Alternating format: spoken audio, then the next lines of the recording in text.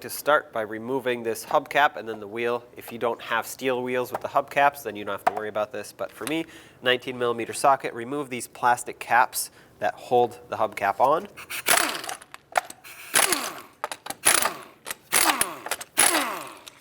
Take this off and set it aside. Continuing with the 19mm socket, take off all 5 of your lug nuts and then remove the wheel.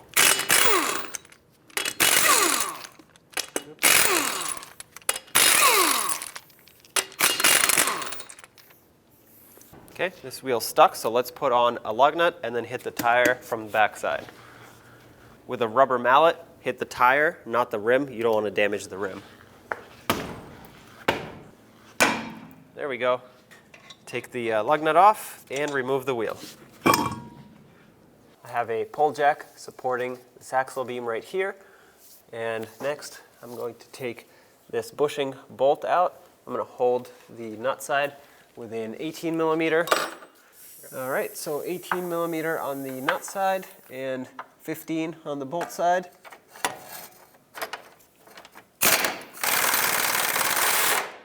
There we go. Let's pull this bolt out. There it is. Now with this bolt out, let's remove the 3 18mm bolts that hold this plate on.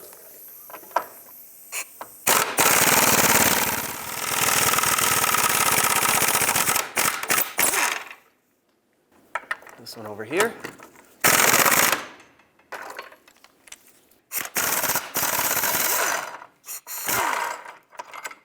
Let's lower this.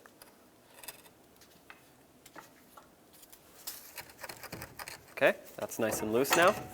Perfect. We do have to undo this, so I'm going to leave this with minimal pressure on here. I'm going to grab another pull jack, support the rear where the spring is, and then we'll remove this lower shock bolt. So let's take this lower shock bolt out. I have 2 pull jacks supporting this whole axle beam in this area. Both have pressure on them. Let's remove this bolt with a 21mm socket. Okay. At this point, the axle beam is not held on by anything other than these 2 pull jacks. Next thing I want to do is remove this bolt or nut here for this bracket for the brake line. And I'm doing that because I want to be able to lower the brake line and the brake hose and everything without disconnecting anything in the system. And I know this is a hard line, but you can bend it just very slightly down to have it work with you. And I think that's a little bit better than disconnecting things and getting air in the system.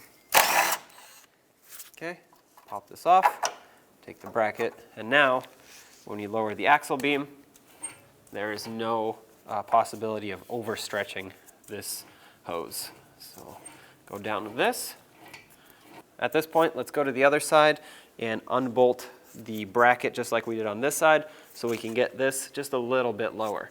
Keep in mind, you will need support everywhere.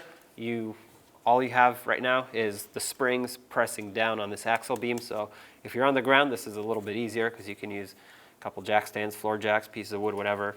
I'm on a lift, so I'll need to somehow position my pull jacks in a way in which this won't fall. Let's do the same to this side. Remove the 3 bolts. I won't remove the center bolt because I'm not replacing this bushing, so that can stay.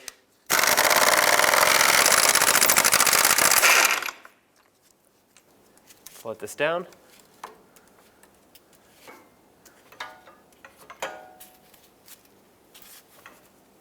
Okay. Let's unbolt the shock on this side as well.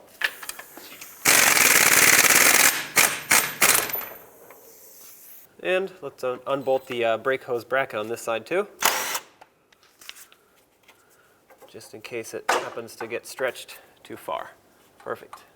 To get this bushing out, what I'm going to try to do is drill a hole right in the rubber here and then walk the drill bit the whole way around. That will hopefully break free the rubber from the sleeve, this outer bushing sleeve.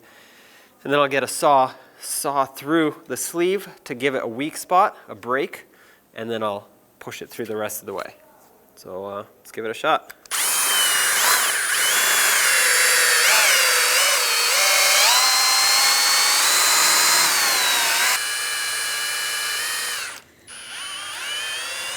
I've now drilled several holes, enough to fit my reciprocating saw blade in there, and I'm just going to try and basically cut all around. I want to dislodge the center piece, push that out so I can get access to the outer piece.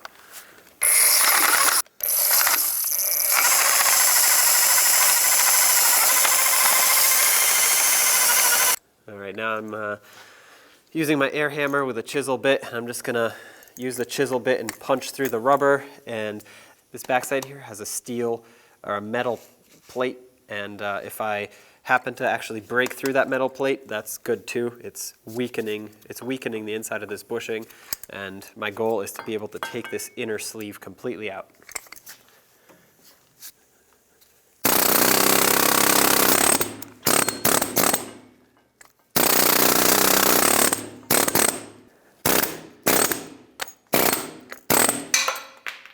Perfect, that's what I wanted. Now I can get my blade in here. Now get your saw or whatever you're using and cut a slice in this outer sleeve here. Of course, there are many ways to get these out, but this is just one of them.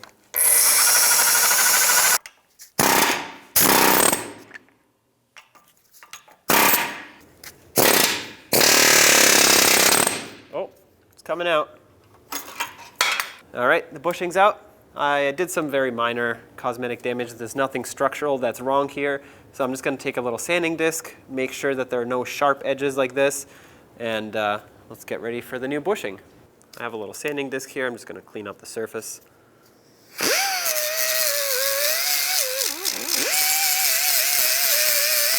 Now with the hole cleaned up, everything is ready to go in.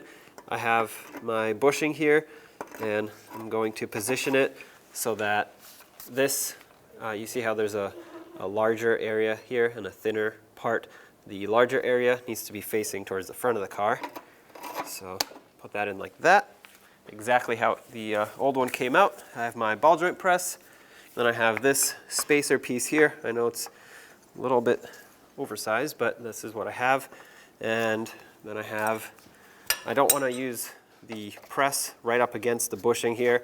I don't want to damage it, so I have just a random piece of metal to kind of spread out the pressure a little bit.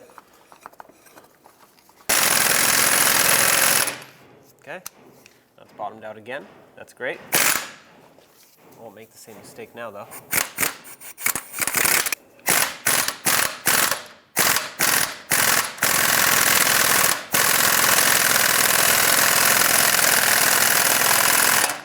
That's bottomed out. Is it? Oh yeah.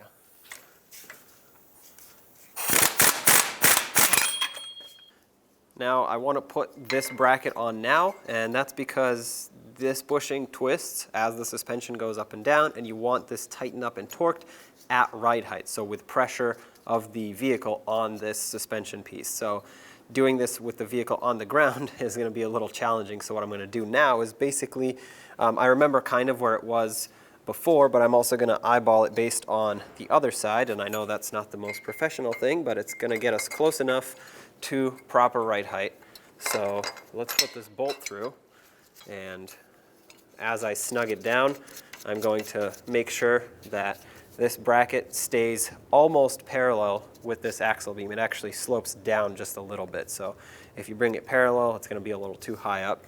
Just a little sloped down is what you want. So let's snug this up. All right, so I'm going to snug this because I can't hold it, all of it, and tighten it. So I'm just going to bring it close, and then I'll position this where it needs to be.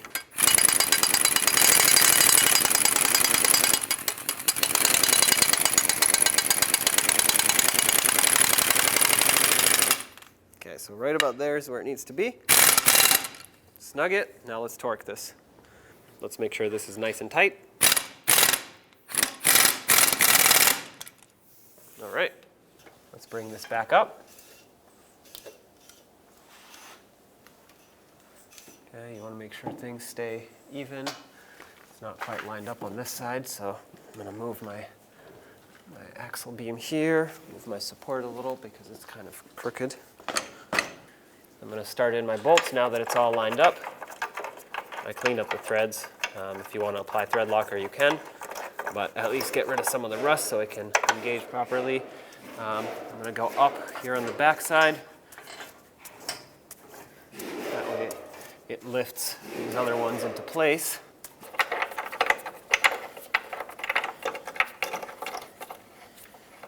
All right, that one's started. Kind of follow suit. Okay, so that's another one right there. This needs to go forward, and this one's kind of hard to reach because of the e-brake cable, but just get it started onto the threads. That's it right there. Let's move back to the other side. Let's start these in on the other side.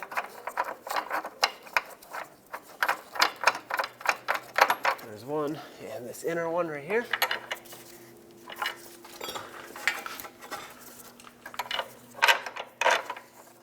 At this point, before you snug these up, just make sure the axle beam is positioned where it needs to be. At this point, it can still slide around, so try to get it as straight as possible. You'll still need an alignment after this, but you don't want your wheels going crooked down the road. Let's snug these up.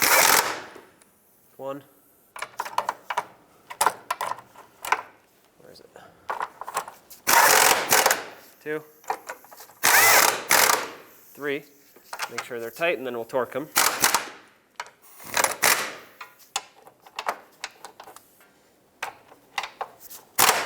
Let's do the other side. One, two,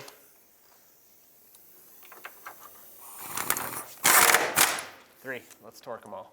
66 foot-pounds for all 6 of these.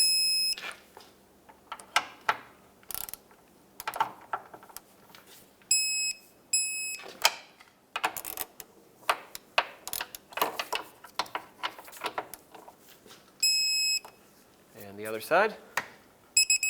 Oh, that one's loose. All right, last one.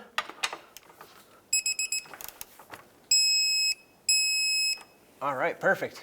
I'm going to lower my support here so I can line up the shock bolt. I think it's right there is good. Nope, nope, a little bit lower. Right there. Okay, snug it up. And then we'll torque it to 92 foot-pounds.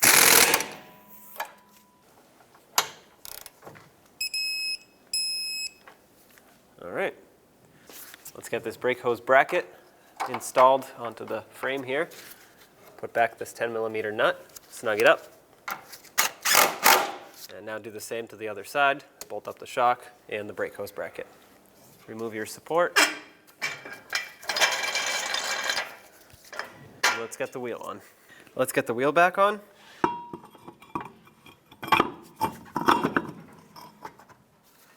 Start on all 5 of your lug nuts, bottom them out, torque them to 100 foot-pounds.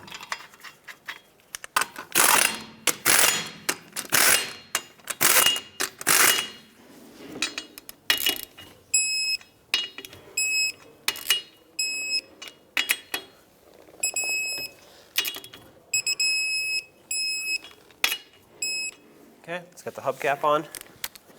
When you put on this hubcap, make sure that this little slot lines up with your valve stem.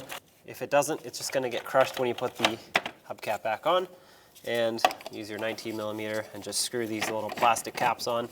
This is what secures this onto the wheel, so if you don't tighten these up, well, it could fly off on you. So make sure these are nice and snug, but don't use your air gun or electric gun on this because you'll strip them out. Just do these by hand.